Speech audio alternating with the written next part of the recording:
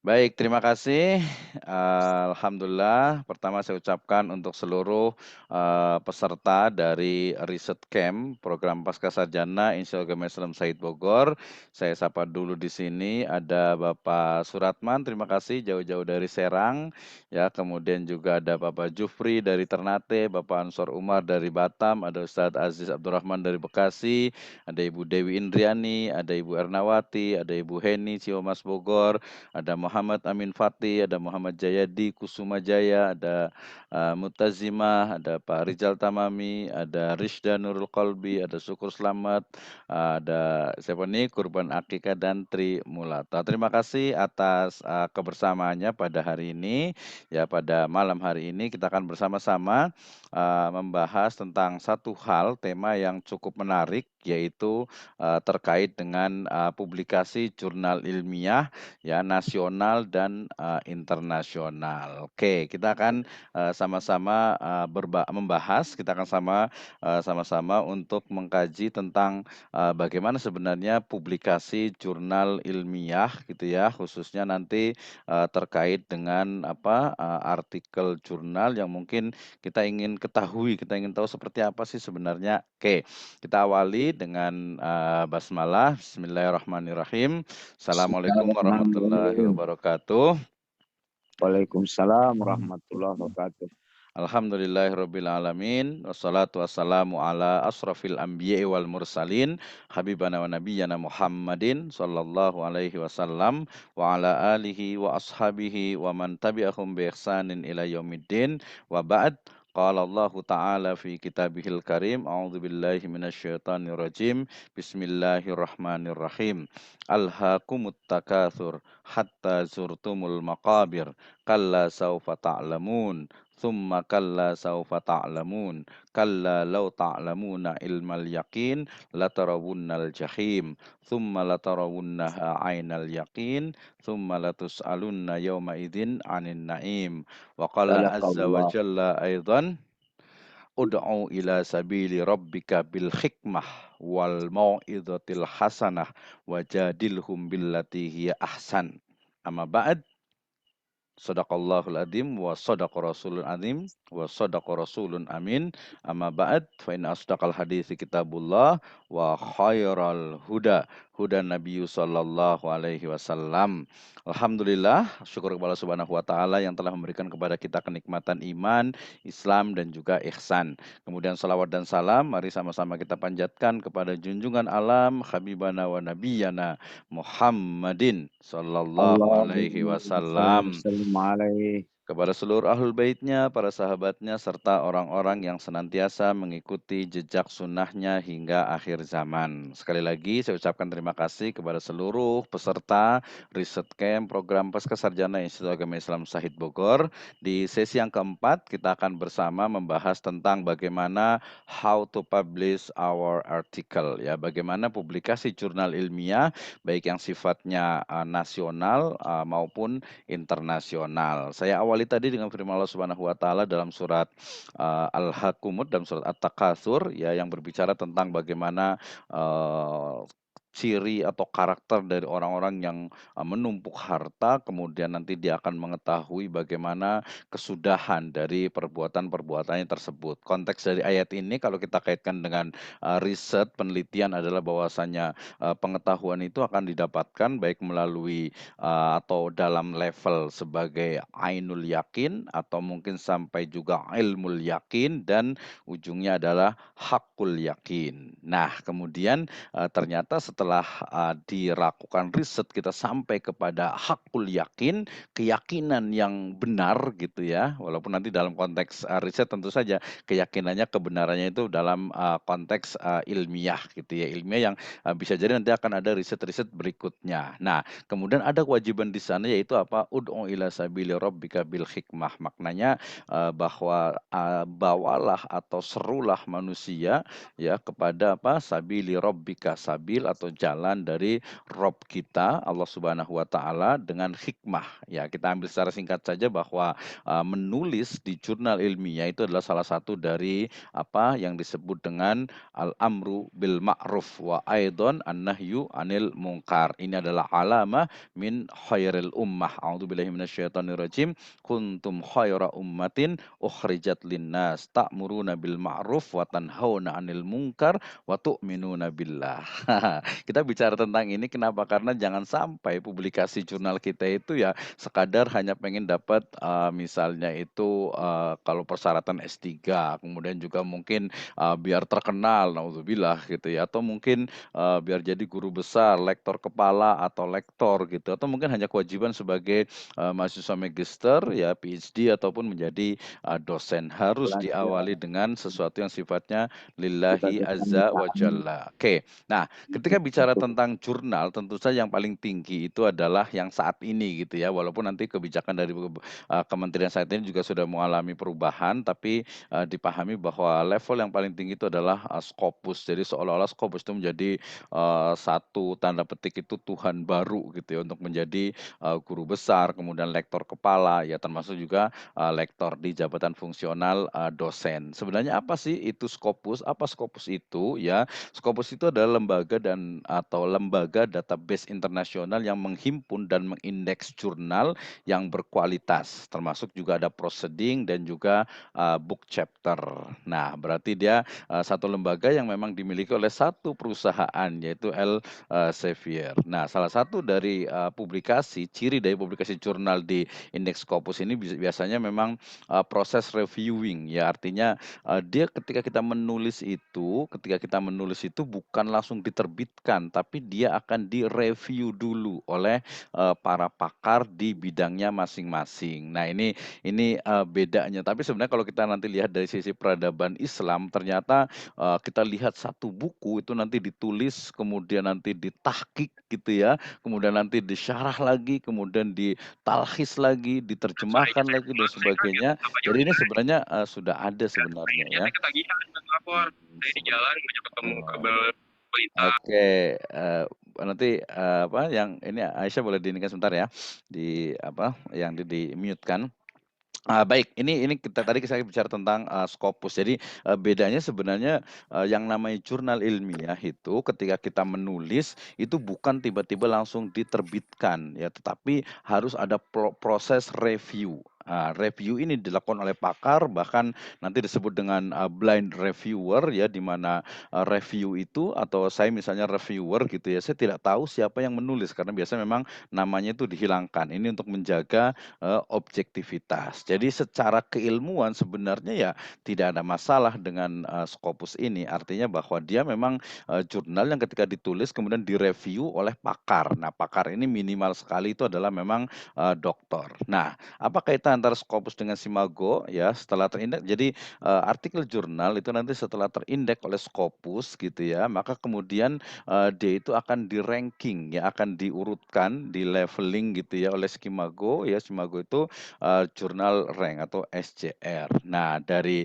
Skimago yang me-ranking jurnal internet Scopus ini kemudian nanti akan, dijadikan nanti ada beberapa pilihan atau beberapa kriteria dari sisi referensinya itu dari mulai penulisnya, kemudian nanti peneliti yang sudah memang publikasi di, indeks Scopus. Kemarin di awal itu kita sudah bicara tuh ketika satu orang itu sudah pernah, Scopus gitu beberapa kali, maka nanti akan, lebih mudah untuk, masuk juga karena sudah memiliki, satu, Scopus ID. Ini tadi juga ada teman dari mana tadi tuh ya, dari Sulawesi kalau nggak salah yang, biar dapat indeks Scopus gimana caranya nih, bukan indeks ya, biar dapat apa, ID gitu ya. Nah ini ya perlu nanti kita belajar sama-sama. Nah, kemudian, SJR inilah nanti yang mengelompokkan dari jurnal tindak Scopus menjadi Q1, Q2, Q3, Q4 dan juga non-Q. Yang paling tinggi adalah, Q1, tapi orang Indonesia kadang, Q2 itu juga sudah, luar biasa sekali gitu ya. Sedangkan ini hanya, SJR ini hanya mengeluarkan Q-nya itu untuk jurnal ya, tidak untuk, proceeding ataupun apa, book chapter. Book chapter itu adalah, satu buku yang ditulis oleh beberapa orang, beberapa autor, penulis ya dalam, dijadikan satu-satu masing-masing yang terkait. Nah, tadi yang saya sebut dengan Scopus ID atau ID ya, ID gitu ya. ID itu adalah Scopus atau ID, identitas ya, identity ya yang disiapkan atau yang memang dikeluarkan oleh Scopus bagi para penulis gitu ya, yang sudah melakukan publikasi pada jurnal, ada proceeding, ada book chapter yang terindeks Scopus. Nah, minimalnya itu 2 kali, kalau sudah 2 kali terindeks Scopus, jurnal artikel kita itu baru kita akan memiliki ID. Nanti boleh lihat juga ini ada link, boleh diklik untuk melihat Scopus ID dari seorang author. Oke. Nah, kenapa sih ini penting ya bagi kenapa kemudian kita sudah sering dengar sekali Scopus itu kenapa penting nih bagi dosen dan juga peneliti di Indonesia. Ternyata memang Scopus ID itu menjadi pertimbangan ya dalam nanti pemberian untuk hibah penelitian baik itu dari Kemendikbud atau mungkin sekarang yang disatukan di dalam satu lembaga yaitu BRIN itu ya. Nah, ini juga menjadi pertimbangan utama. Kemudian juga Scopus ID menjadi persyaratan untuk menjadi mitra bestari atau mitra bestari lebih tepatnya atau reviewer bagi jurnal yang akan diakreditasi oleh Sinta Dikti. Jadi kalau di luar negeri itu ada Scopus dan beberapa yang lainnya, kalau di Indonesia ini ada namanya Sinta. Sinta itu adalah satu level dalam atau dalam satu jurnal di Indonesia yang diterbitkan, kemudian dari mulai Sinta 1, 2, 3, 4, 5, ada yang 5 juga gitu ya. Nah,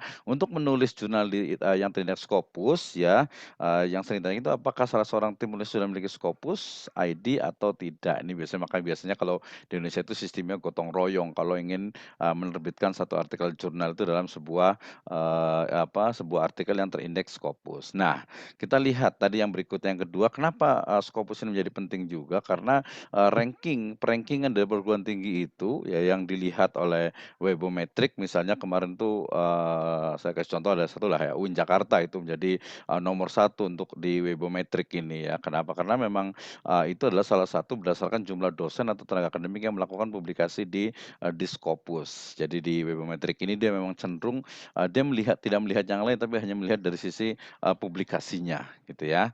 Kayak kemudian nanti ada juga yang lihat dari sisi referensi yang digunakan ya. Kadang ada yang melihat juga dari sisi jurnalnya dan lain sebagainya. Nah, termasuk juga persyaratan kenaikan pangkat menjadi lektor kepala ya, itu juga harus sampai sekarang masih berlaku juga gitu ya. Jadi harus ada publikasi jurnal yang terindeks oleh Scopus, minimal sekali adalah Q4 ya, Q4 ini. Nah, ini jadi permasalahan juga termasuk kalau pengen jadi guru besar itu ya sekarang walaupun ada beberapa perubahan kebijakan tapi tingkat untuk internasional jurnal itu menjadi sebuah keniscayaan. Oke, yang kedua juga sekarang ini hampir semua kalau sudah menjadi guru besar baik itu profesor murni ataupun profesor riset gitu ya, maka dia juga harus melakukan publikasi di jurnal internasional. Nah, tadi ada beberapa kebijakan memang yang tidak mesti Scopus tapi tetap harus ke internasional. Tapi sebagai sebuah kualitas kita akan lihat juga ini menjadi sebuah penting juga. Nah, termasuk juga kenapa penting juga jurnal indeks Scopus ini karena memang jumlah dosen yang melakukan publikasi pada proceeding dan jurnal internasional tentang Scopus menjadi salah satu komponen akreditasi unggul bagi program studi. Nah, ini juga walaupun nanti kalau di perguruan tinggi kita sudah yang di bawah Kemendikbud sekarang memang sudah di LAM Mandiri ya, LAM ya Mandiri ya, lembaga akreditasi mandiri. Tapi kalau di Kemenag berita terakhir itu masih rumpun keagamaan itu yang mengakreditasi itu masih dari Kementerian Agama gitu ya. Kalau di manajemen dan bisnis biasanya masuk ke Lemimba ya, manajemen Lemimba itu ya. Oke.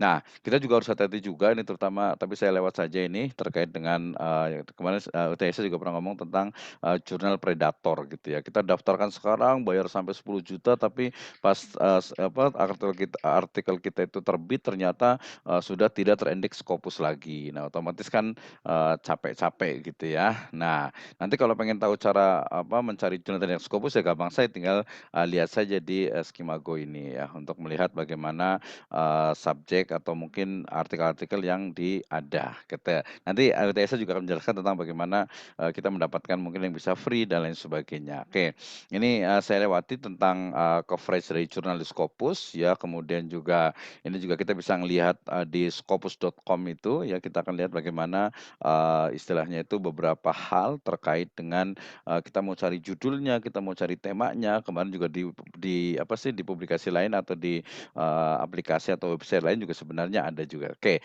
ini yang paling penting, terakhir dari saya, terkait dengan menyiapkan artikel untuk jurnal terindeks Scopus. Jadi ini memang kita ambil itu paling level yang paling tinggi gitu ya. Jadi kalau umpamanya ya agak kurang-kurang dikit masih bisalah disinta, 2, 3, 4 atau mungkin 5, kalau 5 itu paling gampang lah gitu ya, nggak susah. Oke, nah jadi yang pertama bagaimana artikel itu dia terindeks Scopus itu adalah harus ada inovasi atau novelty ya. Novelty adalah ya tadi kebaruan. Kebaruan di sini sebenarnya bisa saja satu ilmu itu dia sebenarnya apa, satu satu hal itu sudah lama gitu, tapi kemudian, di situ ada temuan dari teori baru. Makanya di sini yang disebut dengan novelty, novelty itu kebaruan. Jadi tulisan kita itu memiliki karakter, lebih tepatnya memiliki sesuatu yang memang belum pernah diinikan, belum pernah dibahas, belum pernah dikeluarkan teorinya oleh oleh orang lain gitu ya. Misalnya nih di sini ada Ustadz Aziz Abdurrahman ya, mau menulis tesis tentang, Ibnu Taimiyah gitu ya. Nah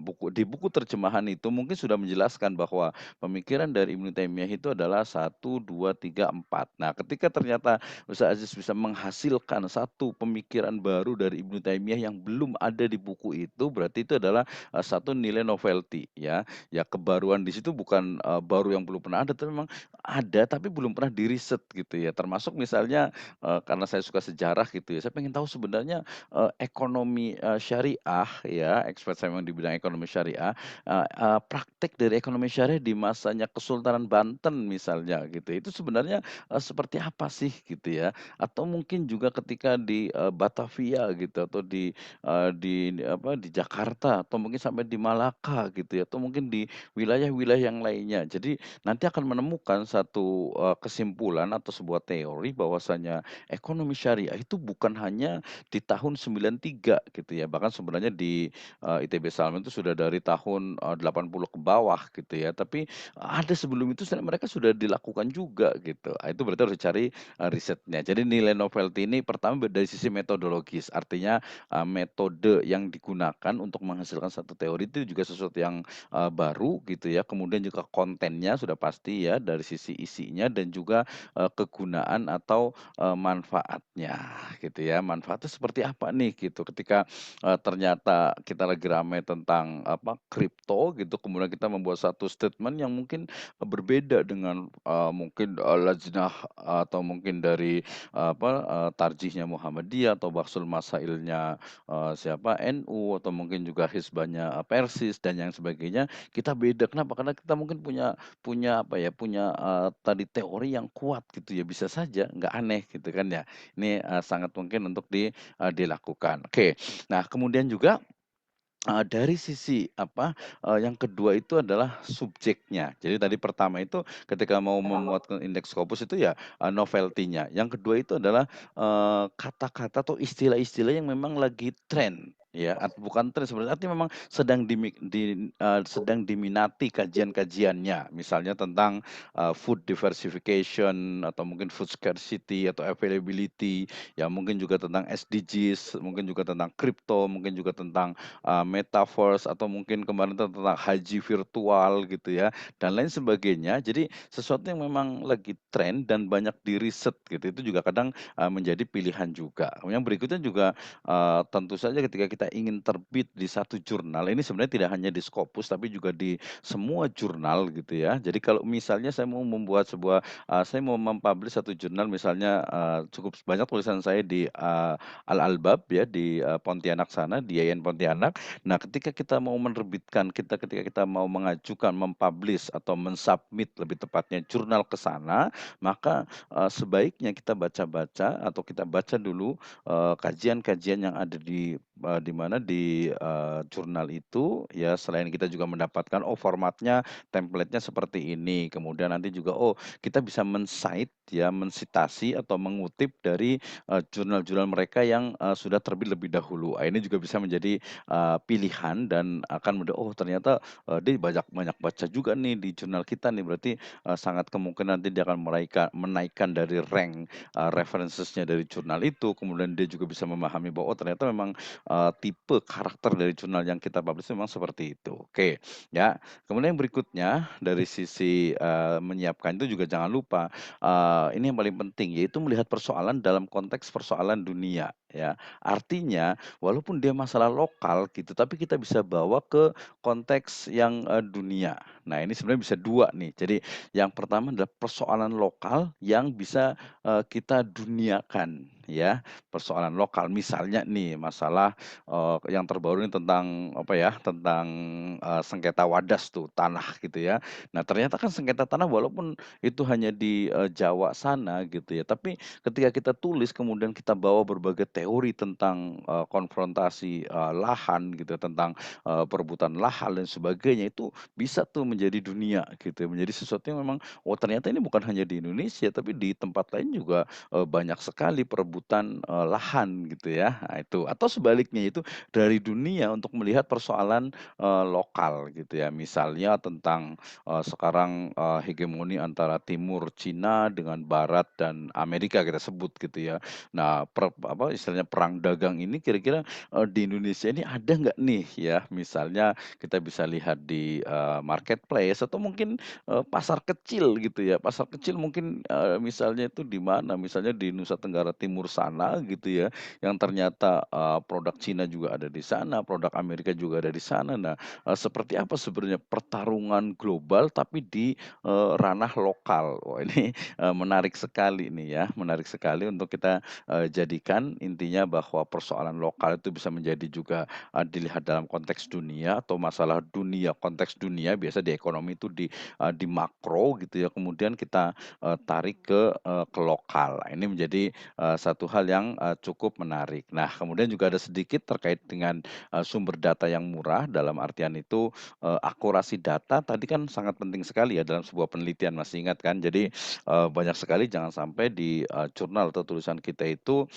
data itu hanya, sekunder ya. Sekunder dalam hal ini adalah ketika data primer itu ternyata bisa didapatkan, kenapa menggunakan yang, sekunder? Kecuali nanti biasa terkait dengan finance, dengan keuangan yang memang, rata-rata datanya itu adalah, sekunder. Tapi kalau yang, dia mau lebih tajam, dia bisa langsung ke yang ya yang primer gitu ya. Kemudian dari sisi, metodologis tadi itu. Jadi ketika kita mau meneliti tentang ini, metodenya itu harus betul ya, jangan sampai menelitinya A, ternyata metodenya digunakan B, tentu akan, tidak akan sesuai. Termasuk juga ketajaman dalam analisis ya, ini menjadi hal utama dalam publikasi internal. Saya, beberapa kali membantu, teman-teman di publikasi, lebih tepatnya sebenarnya di, disertasi ya ternyata, ketajaman dalam menganalisis ini sebenarnya nanti akan kelihatan dia di level S1, sarjana atau magister atau, PhD atau doktoral. Dia, menganalisisnya misalnya nih ya kalau kita baca dari satu jurnal, nanti insyaallah kita akan ada sedikit bedah jurnal, mudah-mudahan ada waktunya. Oh ini ternyata ini memang tulisannya S1 nih kelihatan, apalagi nanti kalau kita lihat dari sisi, referensi, wah ini udah kelihatan banget. Pokoknya bahkan, dosen itu sudah paham, sudah tahu persis gitu ya bahwa ini copy paste gitu ya, ini, copy paste ini apa, copy paste orang Indonesia bilang gitu ya, bahwa oh kenapa? Karena dilihat, oh ini masa referensinya di bawah tahun 2000 semuanya, bahkan ada yang, 96 gitu, 98 gitu. Wah ini, nggak level sekali gitu. Sehingga makanya sekarang itu berkembang bahwa referensi utama dalam sebuah artikel itu adalah ya jurnal. Ya walaupun nanti jurnalnya juga memang jurnal yang memang dia itu, kualitasnya itu bagus gitu ya. Kalau di Indonesia kemarin ada yang nanya juga, jurnal yang cocok untuk apa, yang bagus untuk, sebuah artikel jurnal itu sebenarnya seperti apa sih gitu ya. Nah yang pertama sebenarnya, jurnal itu sudah, terindeks atau jurnal itu sudah, nanti sudah tersertifikat gitu ya, sudah ada, sertifikat, Sinta-nya. Sinta berapa ya? Tadi yang paling rendah itu 5, kemudian ada 4, ada 3, naik ke 2. Nah, 2 ini dianggap sudah, untuk level master dan, doktor itu sudah, cukup di situ. 2 ya, 3 masih boleh gitu ya, tapi kalau sudah guru besar ya minimal, 2 dengan 1 plus, Scopus. Ya termasuk dokter juga sebenarnya saya bantu juga di, UIN Jakarta dan juga UIN, Makassar itu minimal itu ya nggak boleh tuh kalau di bawah Sinta 2 gitu untuk, referensi dari, disertasinya itu ya. Di jurnal juga sama sebenarnya gitu ya. Jadi kita lihat, makanya tadi, harus kita lihat ini tulisannya itu levelnya seperti apa, itu akan, kelihatan ya. Nah ini juga penting untuk, bagi kita yang ingin, mem-publish artikel kita di, berbagai, jurnal, baik yang nasional ataupun, internasional ya. Nah ini juga nanti terkait juga dengan apa, kalau sekarang ini memang ada kesan ini ya bahwa, ada kesan tapi juga memang, semacam nyata juga gitu bahwa kalau kita kalau kita mem-publish, jurnalis Scopus itu mahal gitu. Padahal nanti Uta boleh, share juga ternyata sebenarnya gratis gitu, asal tadi kualitas kita itu bagus, kemudian juga tadi ada nilai novelty-nya, kemudian juga sesuai dengan apa yang ada di jurnal yang akan kita publish sehingga nanti betul-betul memang bisa gratis gitu ya. Kalau di Indonesia, sebenarnya ya sama juga gratis juga, tapi biasanya kalau di, kita sebut sebagai publisher atau mungkin, lembaga yang mengeluarkan, jurnal itu biasa dia itu minta untuk kayak semacam, pembelian dari, hard copy-nya ya. Yang setahu saya nih, nanti mungkin teman-teman boleh ini juga, boleh cross check kalau misalnya ya Sinta 4 ya, Sinta 4 itu biasa kita suka ngasih itu 500.000. Ini bukan bayar ya, ini di luar setelah artikel kita itu memang di-accepted, setelah, diterima gitu ya. Jadi bukan bayar, "Oh publish ini harus bayar," tidak seperti itu. Ini kita tidak berlaku seperti itu gitu ya. Jadi memang ketika, artikel kita itu sudah diterima, kemudian mungkin ada perbaikan baik itu minor ataupun mayor, kemudian oke siap publish, maka kemudian kita diminta untuk, biaya publisher itu nanti kalau Sinta 4 itu antara, 500.000, kemudian Sinta 3 juga sekitar 500 sampai 1 juta. Nah, Sinta 2 ini yang biasa agak cukup mahal nih, kadang, ada teman di Bogor nggak perlu saya sebutkan itu ya, dia Sinta 2 di pendidikan gitu ya, ternyata dia sudah antara 1 juta sampai terakhir itu 2,5 juta ya. Tapi tadi bukan bayar sebenarnya, karena memang list, nunggunya juga itu padahal di sebuah sekolah tinggi gitu ya, tapi sudah Sinta 2, terakhir itu 2,5 juta itu pun nunggu sekitar 1 atau 2 tahun karena antriannya itu sudah, cukup banyak juga. Ini akhirnya ya tapi, ini bukan bisnis karena tadi proses review juga tetap ada karena memang, reviewer juga, kalau mau profesional juga nanti akan diberikan apa, fee juga termasuk juga nanti, biasa uang itu diberikan untuk, hard copy atau penerbitan dari, jurnal yang sifatnya itu adalah hard gitu ya. Jadi betul nih jurnalnya kalau memang diperlukan gitu ya. Kalau kan semuanya udah OJS sebenarnya, tapi mungkin ada beberapa yang, "Wah saya pengen ada dong iniannya," gitu. Ini salah satu dari ya sesuatu yang memang tidak ada aturannya dalam artian ya kalau kita mau publish ya gratis gitu. Cuman ada beberapa yang, mensyaratkan itu tetapi dengan syarat setelah artikel itu memang diterbitkan gitu ya. Jadi, sekali lagi itu dia bukan bayar gitu ya.